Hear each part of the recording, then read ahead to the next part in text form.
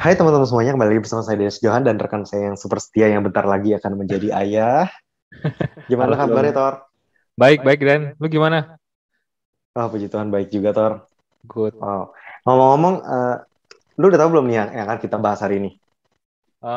Udah. Lu sempat share artikel ya mengenai Oke. apa?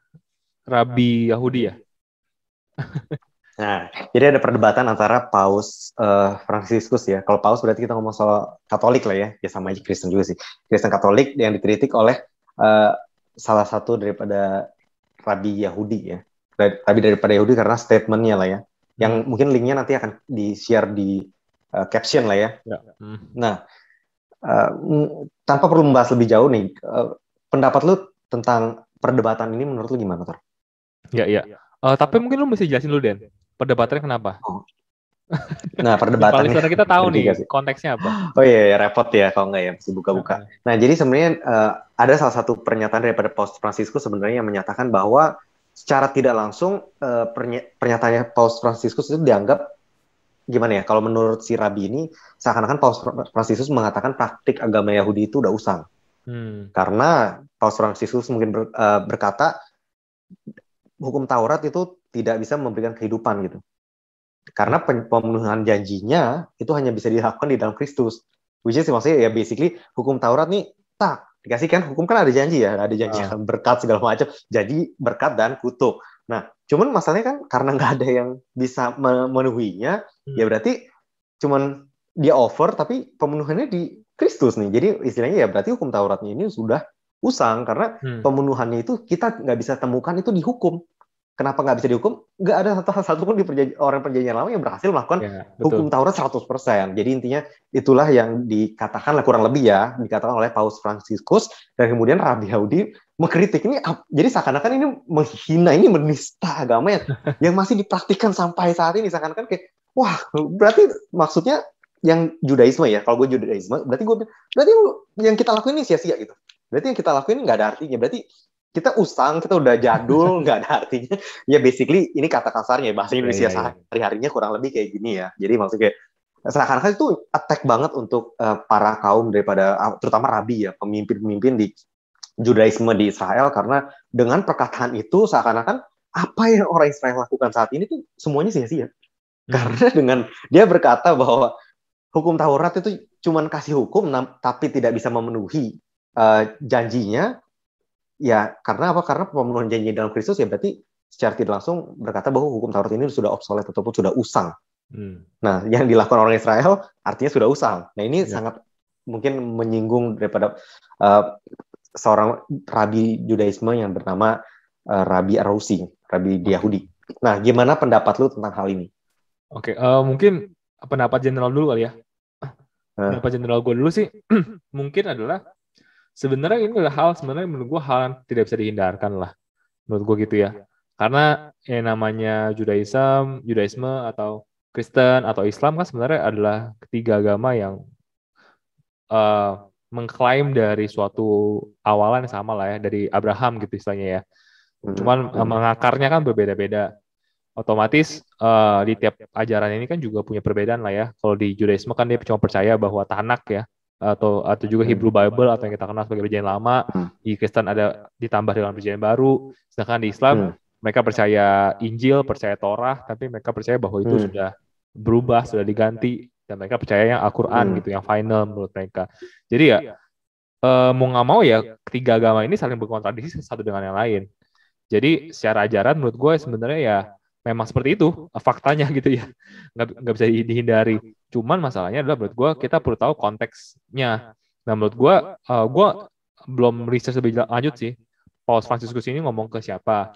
Tapi kalau gue percaya sih waktu nggak salah dia ngomong kepada memang jemaat Kristen gitu, jemaat Katolik gitu kan. Katolik, Jadi ya Katolik. kalau di jemaatnya menurut gue nggak sama sekali nggak ada masalah sih ngomongin hal itu. Apalagi sebenarnya perkataannya dia itu kan berasal daripada ayat Alkitab gitu. Jadi menurut gue sebenarnya nggak ada masalah. Nah menurut gue kecuali ya kalau konteksnya dia berbicara dia di perkumpulan diskusi antar agama ataupun juga ada agama-agama lain, menurut gue mungkin kurang bijak ngebahas topik itu. Tapi kalau menurut gue untuk jemaat sendiri, kalangan sendiri ngomong hal itu menurut gue nggak masalah. Soalnya kalau andaikan kita mau andaikan itu jadi masalah, maka sebenarnya hampir dibilang khotbah setiap pendeta dari Judaisme mungkin akan sendiri pun akan menyinggung Kristen dan juga Islam misalkan, atau enggak khotbahnya Islam mungkin akan menyinggung juga Kristen dan Judaisme. Jadi kayak kalau kita mau tarik itu semua pasti akan saling menyinggung. Jadi menurut gue tergantung konteksnya. Kalau dia bicara mengenai kekalangan mereka sendiri ya sebenarnya menurut gue nggak masalah sih. Mungkin itu ya secara garis besar dulu. Wow, ya gue setuju banget sih bahwa seringkali kita mudah banget untuk kita mungkin tersinggung ya karena apa yang kita percaya, karena apa yang kita yakini, sementara kita juga harus belajar untuk melihat dari perspektif orang yang meyakini kepercayaan yang berbeda ya. Dan lu udah sebutin bagus banget bahwa terutama di agama Muslim, kemudian Kristen dan juga Judaisme, kita memiliki satu sumber yang sama, yang ini yang akhirnya membuat mudah banget untuk kita saling gue yang benar, gue yang benar, gue yang benar. Karena sumbernya sama. Beda dengan mitologi, misalnya Yunani. Nah, ini kan udah sesuatu yang mungkin, ada Thor, ada Zeus, ya whatever, gitu. Bodoh amat. Tapi kan kalau kita ada Abraham, Abraham itu lanjutin nanti yang dijajin ke Ismail atau ke Ishak. Nah, kemudian kalau kita, enggak, itu cuma gambaran. Ishak itu gambaran daripada Tuhan Yesus. Abraham ini, waduh, ini kan maksudnya makin, mungkin bagi orang-orang yang percaya Judaisme, lu udah imajinasi lu udah totally wild, liar banget. Abraham lu anggap sebagai Tuhan, kemudian Ishak lu anggap sebagai Yesus, lu korbanin. Ini kan totally wild gitu. Bayangin kalau kita di posisi dia gitu. Jadi gue berharap juga ini juga memang kita juga sebagai seorang Kristen harus harus juga open mind, dan juga di sini memang konteksnya adalah karena dia seorang rabi. Gue bisa mengerti karena rabi itu kan adalah seorang yang mempelajari secara detail dan dia yakin dia benar, of course, karena dia adalah seorang rabi. Sama kayak Gamaliel, sama kayak kalau kita ingat salah satu ini sebenarnya mungkin rabi yang kesekian kali. Kalau kita ingat salah satu rabi yang ada di Alkitab, itu adalah Paulus. Dia adalah rabbi of rabbi, ya nggak sih? Dia adalah Farisi yang percaya Judaisme. Dan kemudian dia mendapatkan pewahyuan akan Tuhan Yesus, baru dia berubah. Jadi ini bukanlah sesuatu yang mungkin baru, karena di Alkitab itu juga udah dibahas. Bahkan penulis 2/3 daripada Perjanjian Baru juga adalah seorang Judaisme, rabbi of rabbi gitu, yang mempersekusi seorang Kristen gitu. Jadi memang hopefully kita juga nggak jadi orang yang kalau misalnya dengar baik dari agama sebelah ataupun agama Judaism juga dia mengklaim, Kristen mikirnya gini, totally wild, itu gila banget, bisa imajinasinya ada nubuat tentang Yesus begini. Ya udah, dengerin aja, karena pertama bener banget kata lu bahwa dia ngomong dengan apa yang dia tahu, apa yang dia percayai, dan juga kepada orang yang percayai hal tersebut. Bukan dia datang tiba-tiba ke gereja kayak memblasfem gitu, orang-orang itu menyakiti kita semua. Tapi kan kalau memang kita nggak sengaja mendengar khotbah dia ataupun mungkin ceramahnya, ya udah gitu. Hopefully kita juga mau menghargai setiap orang berdasarkan apa yang dia tahu. Dan begitu pula dengan sesama orang Kristen sih. Jadi banyak juga sebenarnya satu pendeta dengan yang lainnya berdebat masalah apakah perjanjian lama masih diterapkan sampai saat ini atau tidak. Kita seringkali ngebahas soal perpuluhan, persembahan sulung, segala macam. Ini juga masih jadi perdebatan ya. Balik lagi ya, itu ya memang tidak bisa dihindari karena setiap orang punya pemahamannya masing-masing. Kita bisa berdebat, tapi kalau orang tersebut nggak mau terima, ya sudah. Kita harus balik lagi kepada love sih. Maksudnya brotherly love itu yang akan menyatukan kita, dan juga Tuhan nggak suruh kita sebenarnya berdebat over some things yang mungkin makanya gue nggak berusaha meremehkan hal itu, tapi mungkin nggak sekrusial, nggak sekrusial daripada Yesus adalah anak Allah. Gitu. Betul. Ini adalah sesuatu yang krusial. Tapi kalau memang over berbahasa roh boleh nggak, kesembuhan masih ada, atau itu secondary things yang menurut gue tuh nggak perlu diributkan sih. Nah, pertanyaan kedua nih, Tor.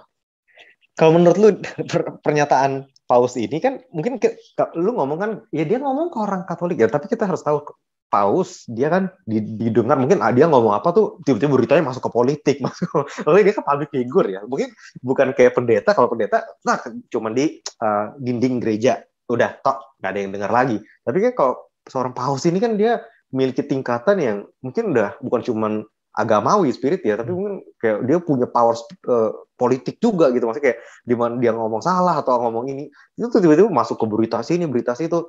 Nah, apakah dengan dia mengatakan misalnya atau memperkatakan sesuatu yang menyiratkan bahwa perjanjian lama ataupun hukum Taurat itu sudah usang, apakah ini termasuk dalam penistaan agama lain nggak sih? Maksudnya gue ngerti maksud lu, dia ngomong ke jemaat Katolik, tapi dia sebagai public figure, dia kan nggak bisa menghindari bahwa ucapannya itu, dan dia bukan public figure sekedar public figure kayak pendeta gitu, maksudnya dia adalah public figure yang the highest loh. Ini bedanya kan kalau pendeta banyak ya. Kalau paus itu one, the only one. Ini kayak the king gitu ya. Nah ini akhirnya dia masuk ke berbagai ranah, dan apakah ini termasuk ke dalam penistaan karena dia memiliki platform yang dilihat oleh semua orang, bukan cuma sekedar oleh agama Katolik sebagaimana pendeta gitu. Menurut lu ini penistaan nggak? Kalau buat gue sih enggak ya Dan ya, gitu. Karena jadi basically memang di beritanya itu dia nggak jelasin mengenai ayat yang diambil atau apapun itu ya. Cuman dari kayak perkataannya dia, mungkin gue menarik kesimpulan bahwa dia ngambil ayat dari Galatia 3 ayat 21 sampai 22 sih. Jadi mungkin gue bacain aja ya ayatnya supaya teman-teman yang dengar juga tahu. Jadi di Galatia 3 ayat 21 sampai 22 berkata seperti ini. Kalau demikian, bertentangankah hukum Taurat dengan janji-janji Allah? Sekali-kali tidak. Sebab andai kata hukum Taurat diberikan sebagai sesuatu yang dapat menghidupkan, maka memang kebenaran berasal dari hukum Taurat. Tetapi kitab suci telah mengurung segala sesuatu di bawah kuasa dosa, supaya oleh karena iman dalam Yesus Kristus janji itu diberikan kepada mereka yang percaya.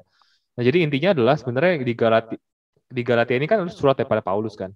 Dan menurut gua adalah saat kita baca mengenai surat, kita perlu tahu bahwa Paulus ini ngirim surat ke Galatia pasti ada alasannya. Dan kalau kita baca di Galatia 3 itu sebenarnya di situ tuh lagi ada pergumulan antara di jemaat Galatia bahwa mereka nih orang-orang Jews juga kebanyakan kan, orang-orang Yahudi kan, di mana mereka mungkin masih terbiasa memegang hukum Taurat kan. Tapi mereka di satu sisi mereka udah percaya sama Yesus gitu kan. Sedangkan kan kalau di Kristen kita percaya bahwa yang menyelamatkan kita adalah iman kan, bukan melakukan hukum gitu. Jadi nah tapi di Galatia ini mereka masih bingung. Mereka percaya Yesus tapi mereka masih pemikirannya masih based on hukum gitu. Makanya kalau kita baca di ayat sebelumnya di Galatia 3 ayat 12 sampai 14 berkata seperti ini. Tetapi dasar hukum Taurat bukanlah iman, melainkan siapa yang melakukannya akan hidup karenanya.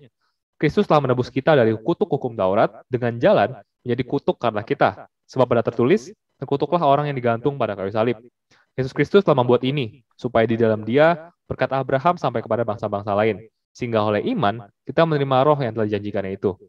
Nah, masalah mengenai usang apa nggak usang, itu sebenarnya menurut gue adalah kesimpulan daripada Galatia 3 ayat 25 sampai 27. Di mana di 25 sampai 27 itu kayak gini. Sekarang iman itu telah datang. Karena itu, kita tidak berada lagi di bawah pengawasan penuntun, which is ini hukum Taurat. Sebab kamu semua adalah anak-anak Allah karena iman di dalam Yesus Kristus. Karena kamu semua yang dibaptis dalam Kristus setelah mengenakan Kristus. Jadi ya istilahnya bahwa hukum Taurat itu tuh ada untuk menuntun kita sampai kepada Yesus gitu kan. Saat Yesus itu sudah dinyatakan, ya semua hukum Taurat itu sudah nggak berlaku lagi gitu. Sudah lagi nggak mengikat kita kan. Nah makanya kalau di Kristen kita bilang perjanjian lama, sama perjanjian baru gitu kan. Dan menurut gue usang itu tuh menurut gue bukannya kayaknya bukan Paulus yang ngomong deh, tapi kayak interpretasi daripada dianya si rabinya akan perkataannya itu kan, which is ya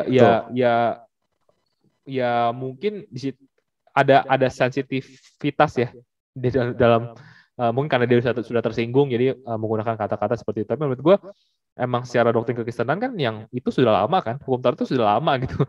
Lama ya kalau mau dibilang usang ya terserah sih, tapi ya kalau kita sih orang Kristen kita nggak prefer menggunakan kata usang karena itu cenderung stigma negatif. Kita lebih bilang bahwa itu ya perjanjian lama, hukum yang menuntun sampai kepada Kristus. Tapi kita sudah sekarang berada dalam hukum Kristus, kasih karunia, bukan hukum Taurat lagi. Jadi sebenarnya menurut gue sih apakah ini ada dibilang menista agama Yahudi? Enggak sih menurut gue. Karena memang ya ini dasar kepercayaannya kita sebagai orang Kristen sih. Kalau menurut gue ya deh. Wow.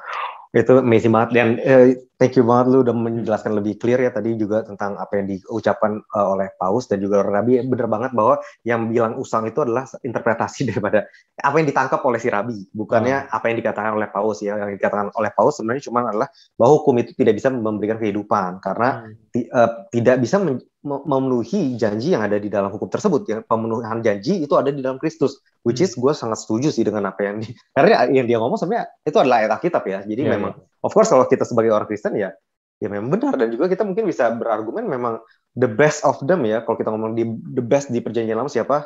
Daud adalah orang yang berkenan di hati, the best of them fail. Bahkan orang yang terbaik dari antara mereka gagal juga gitu. Mau yang terbijak, oke yang terbijak, Salomo gagal juga. Jadi mau yang terbaik gagal, yang paling berkenan gagal, yang paling bijak juga gagal. Dan dia bukan cuma paling bijak, paling kaya sampai zaman sekarang. kalau kekayaan dihitung sampai sekarang ya, berdasarkan inflasi dia masih paling kaya. Itu juga gagal. Dan dari situ sebenarnya harusnya kita, gue nggak bermaksud menghina, tapi harusnya kalau kita cukup punya enough sense untuk menyadari bahwa apa yang dikatakan oleh Paus ini juga ada benarnya ya secara logika, karena ya memang kenyataannya begitu gitu. Cuman ya memang mungkin ini daripada Rabi ini juga udah terlanjur tersinggung karena ini yang dia lakukan setiap hari dan juga mungkin dia yang dia hidupi setiap hari. Nah, yang jadi pertanyaan ini, kalau kita sebagai seorang Kristen, kita udah tahu bahwa kita berada di bawah hukum kasih karunia ya, bukan di bawah hukum lagi. Nah, sementara Israel masih berada di Judaism. Artinya mereka masih di belakang nih. Ya. Nah, apakah ini artinya mereka masih di bawah kutuk? Atau apakah Tuhan masih memberkati mereka berdasarkan hukum Taurat? Atau tidak? Karena ini menarik, karena kita terpecah nih. Jadinya ada dua. Ada orang yang masih percaya pada perjanjian lama. Ada kita yang sudah perjanjian baru. Ada yang masih percaya keduanya, yang kayak tadi kita udah bahas. Ada yang masih, oh iya lu harus ini persembahan sulu harus ini, semuanya harus ikutin gitu ya. Semua hukum Taurat nggak boleh itu. Nah, ini ada yang percaya duanya. Nah, jadi gimana nih? Maksudnya gimana konteksnya kepada orang-orang yang masih percaya kepada perjanjian lama nih, terutama kalau di sini kan konteksnya Israel ya. Artinya suatu bangsa. Apakah mereka berada di bawah kutuk daripada perjanjian lama atau gimana menurut lo? Kalau menurut gue sendiri adalah ya basically kalau orang-orang hidup di dalam perjanjian lama ya, menurut gue ya sudah nggak lagi hidup dalam apa yang menjadi kehendak Tuhan sih, istilahnya gitu ya. Mungkin kalau dibilang kutuk perjanjian lama kan mungkin kesan terlalu keras gitu ya, tapi ya, menurut gue adalah ya saat Yesus turun itu di mana Yesus adalah penggenapan daripada nubuatan yang ada di perjanjian lama, dan itu sudah dinyatakan dan kebenaran itu sudah dinyatakan, dan bahkan Yesus nggak cuma hanya sekedar menyatakan, tapi dia juga menghidupi kebenaran tersebut, memberikan contoh juga bagaimana kita harus hidup, bagaimana kita menjalin hubungan dengan Tuhan, dan segala macam. Bahkan dia udah mati buat kita, dan menurut gue itu udah pernyataan yang cukup gamblang untuk menyatakan bahwa dia adalah Tuhan, dan ya kita harus ikutin dia, ikutin kemauannya dia. Dan menurut gue kalau yang kita masih menolak itu, otomatis ya kita menolak berkat Tuhan, gitu. Dan berkat Tuhan yang dapat didapatin melalui Yesus adalah karunia keselamatan, gitu kan. Karena ya istilah kalau manusia bisa selamat melalui hukum, ya buat apa Yesus turun? Kenapa siapa turun kan? Ya karena manusia nggak bisa sempurna sama seperti Bapa, kita perlu Tuhan yang membenarkan kita kan.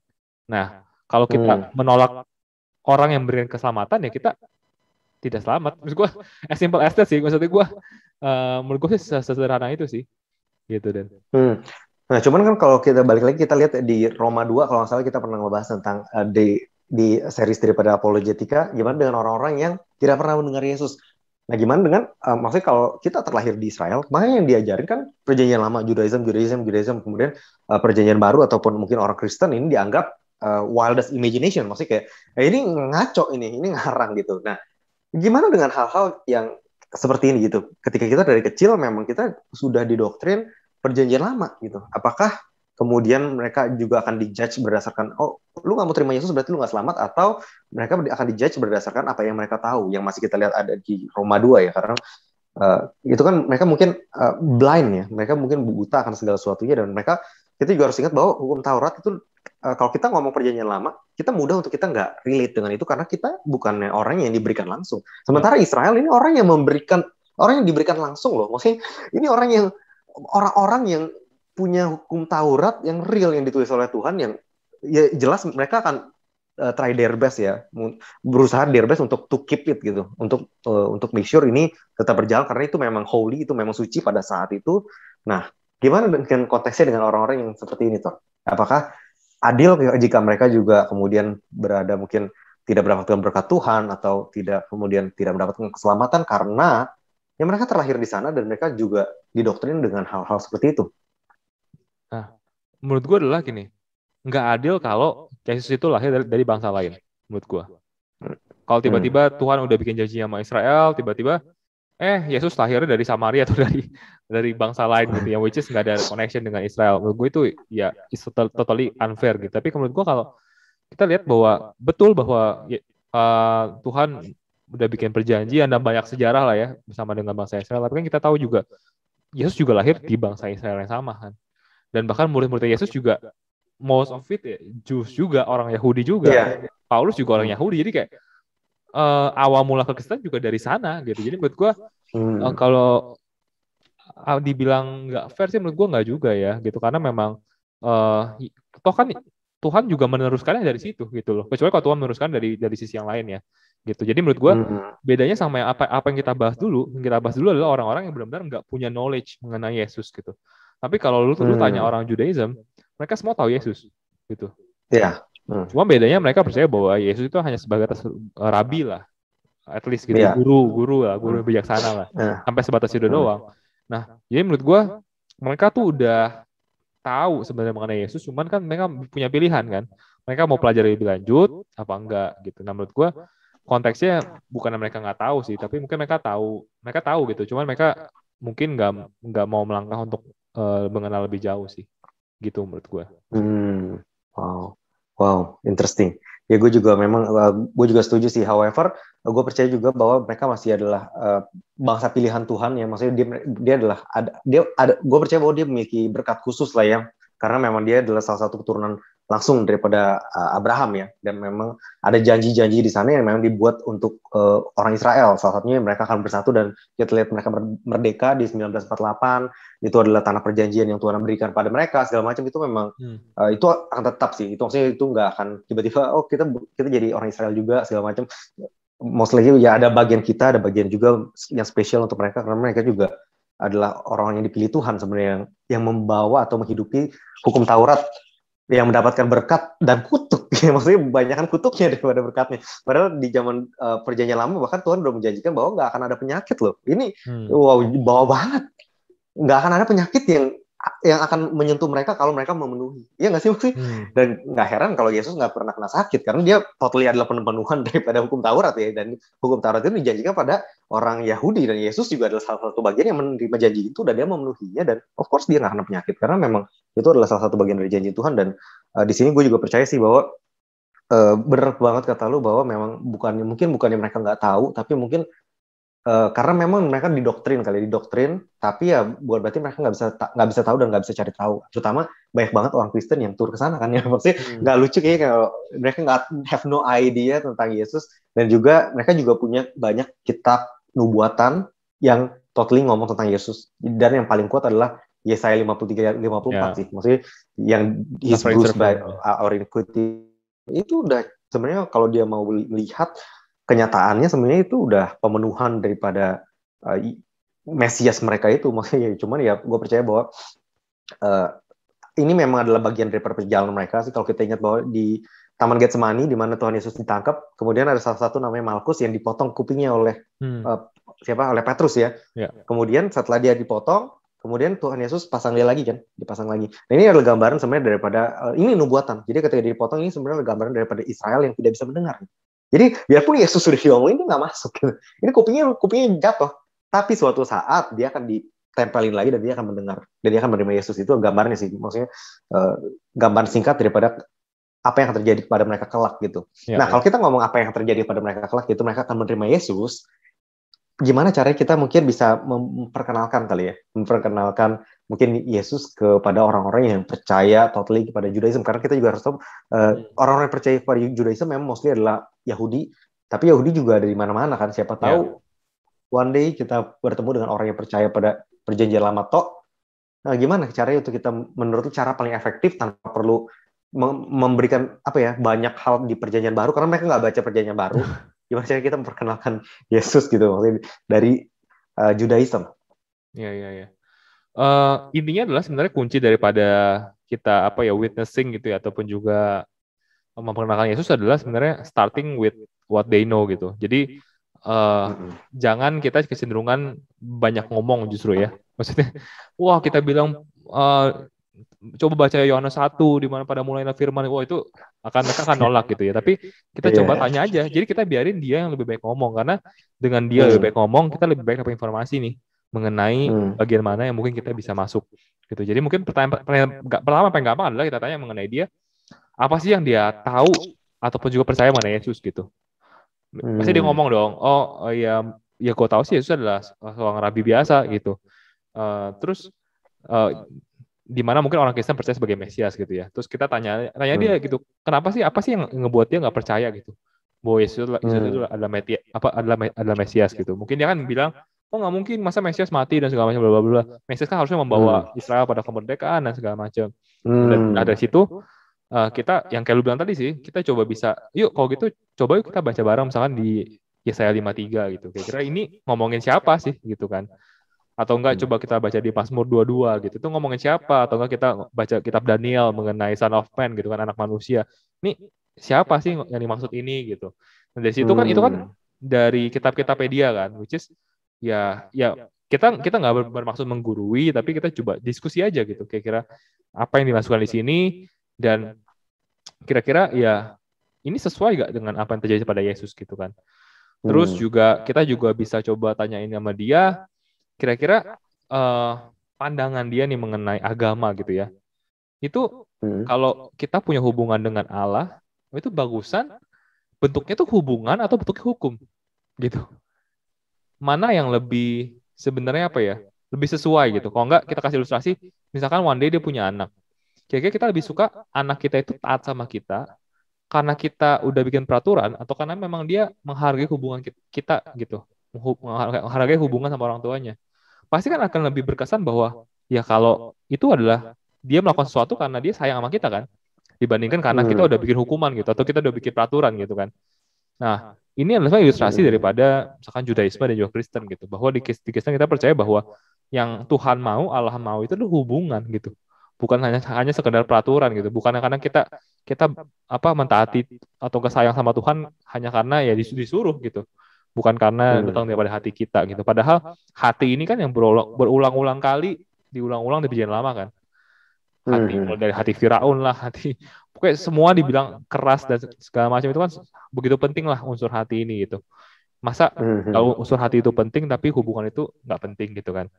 Nah itu yang bisa kita coba tanyakan dan yang terakhir menurut gue ya kita tetap harus ini sih coba tanyakan sama dia lagi. Kira-kira dia udah pernah baca belum sih kitab Injil gitu? Karena menurut gue akan biar akan nggak adil gitu kalau dia ngebaca, karena kalau dia ngebaca Yesus di perjanjian lama kan samar-samar ya, karena kita percaya bahwa perjanjian lama kan shadow gitu kan of what comes next gitu. Jadi jadi ya kita coba saranin dia cobalah baca kitab Injil gitu Pak. Kalau mau baca kan ada 4 tuh, Markus, Matius, Lukas, Yohanes. At least baca Matius aja gitu karena kenapa Matius, karena kan memang dari 4 kitab Injil kan Matius kan memang yang lebih dedicated untuk Jews kan, yang memang lebih berfokus pada penggenapan nubuatan Yesus dan segala macam, which is ya lebih masuk juga tata gaya bahasanya juga itu sangat-sangat Jews Yahudi banget gitu. Jadi kita coba deh baca Matius gitu. Kalau udah baca coba kira-kira gimana pendapat kalian gitu. Jadi menurut gue itu sih yang baru gue kayak kepikiran kalau kita ketemu Jews dan kita coba memperkenalkan Yesus. Menurut gue ya dengan banyak bertanya background-nya dia dan coba gali dari apa yang dia tahu, dan yang terakhir adalah ya tetap harus memperkenalkan Injil sih karena kalau Injil kan kita percaya good news kan. Jadi ya kita percaya bahwa ini adalah berita baik yang mereka harus tahu gitu. Itu sih kalau dari gue. Wow. Itu kayaknya lu udah cukup menjelaskan dengan cukup lengkap banget sih. Diawali dengan trik apologetika ya, kita tanya, kita gali apa yang mereka tahu, kemudian kita tanya balik, kenapa lu nggak percaya gitu? Apa yang membuat mereka percaya akan mereka percaya, dan apa yang membuat mereka tidak percaya akan sesuatu yang mereka tidak percaya gitu. Itu adalah suatu trik yang sangat mungkin bagus dan juga cocok untuk menggali dan juga men-challenge dia punya kepercayaan sih. Karena most likely sebenarnya orang-orang yang berpikir mereka punya bukti apa yang mereka percaya ternyata nggak sekuat itu buktinya ya. Dan itu adalah sesuatu yang paling bagus sih memang untuk mencari suatu belief daripada seseorang. Dan ya gue juga setuju dengan lu bahwa kita bisa expound dari perjanjian lama apa yang dilakukan dari Tuhan dari 5 kitab Taurat, Musa dan juga para nabi, di mana mereka juga ngomongin siapa sih ini, ngomongin siapa ini adalah sebenarnya gambaran daripada Tuhan Yesus sendiri ya sebenarnya. Dan juga kita juga bisa nanya misalkan kalau mereka pengen tetap hidup di dalam hukum Taurat, terus kenyataannya juga mereka sudah tidak hidup 100% di dalam hukum Taurat sekarang, dan juga nggak ada yang berhasil di dalam hukum Taurat. Mereka terus mendapatkan kutuk sebenarnya kalau kita lihat ya. Bahkan Salomo the best, Daud the best of them juga fail gitu. Jadi ya kalau mereka masih kekeh, apa alasan mereka untuk tetap kekeh gitu? Karena even the best of them fail gitu. Jadi ya Musa yang ketemu Tuhan ketemu muka fail juga. Kalau kita ingat di akhir hidupnya di umur 120 tahun dia gagal masuk karena dia harusnya ngomong kepada batu, dia masih pakai mental perjanjian lama, dia masih getok gitu. Jadi akhirnya seakan-akan Yesus harus dikrusifikasi 2 kali, dan akhirnya dia nggak masuk. Jadi Musa yang udah ketemu muka dengan muka aja gagal gitu. Gimana kalian semua orang-orang yang percaya Judaism bisa berpikir bahwa kalian much better daripada Musa, Daud, dan Salomo ya, yang mereka adalah salah satu yang the best dan mereka gagal. Dan juga benar banget kata lu bahwa Tuhan kita adalah Tuhan yang intim ya, bukannya Tuhan yang menjadikan kita budak gitu ya. Dan banyak banget janji Tuhan yang memang hanya bisa digenapi ketika kita menerima Yesus gitu. Karena mustahil untuk kita bisa memenuhi hukum Taurat sih. Ya. Nah itu mungkin yang bisa gue tambahin ya, Tor. Mungkin ada lagi nggak, Tor, yang pengen lu tambahin? Nggak ada sih, Dan. I think it's enough. Dari ya? Ya. Oke, kalau gitu untuk teman-teman semua yang ingin mungkin menyampaikan topik yang bisa kita bahas bareng, bisa langsung di catataniman.id atau bisa langsung di YouTube Perisa Iman atau di mana, Tor? Di Instagram @victoraditya. Victor Aditya. Dan kalau gitu teman-teman semua stay safe dan juga sampai ketemu lagi minggu depan. Yes. See you and God bless.